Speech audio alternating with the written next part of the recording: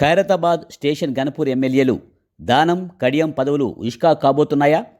ఒక పార్టీలో గెలిచి మరో పార్టీకి జంప్ చేసిన వారికి తగిన శాస్తి జరగబోతుందా?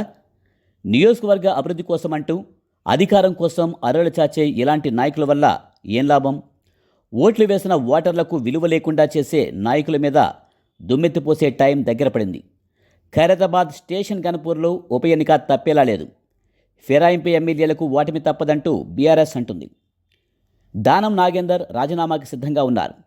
బీఆర్ఎస్ కారు గుర్తు మీద గెలిచి కాంగ్రెస్లో చేరి ఎమ్మెల్యే పదవికి రాజీనామా చేయకుండా హస్తం గుర్తుపై ఎంపీగా పోటీ చేసి ఓడారు. ఎమ్మెల్యేగా కొనసాగుతున్నారు. మరో నేత కడియం కాంగ్రెస్ అధికారంలోకి వచ్చిన తర్వాత 6 నెలల్లో ప్రభుత్వం కూలిపోతుందంటూ చెప్పి అదే పార్టీలోకి జంప్ చేశారు. వీళ్ళిద్దరే కాక మరో 8 మంది ఎమ్మెల్యేలు కాంగ్రెస్లోకి జంప్ అయ్యారు.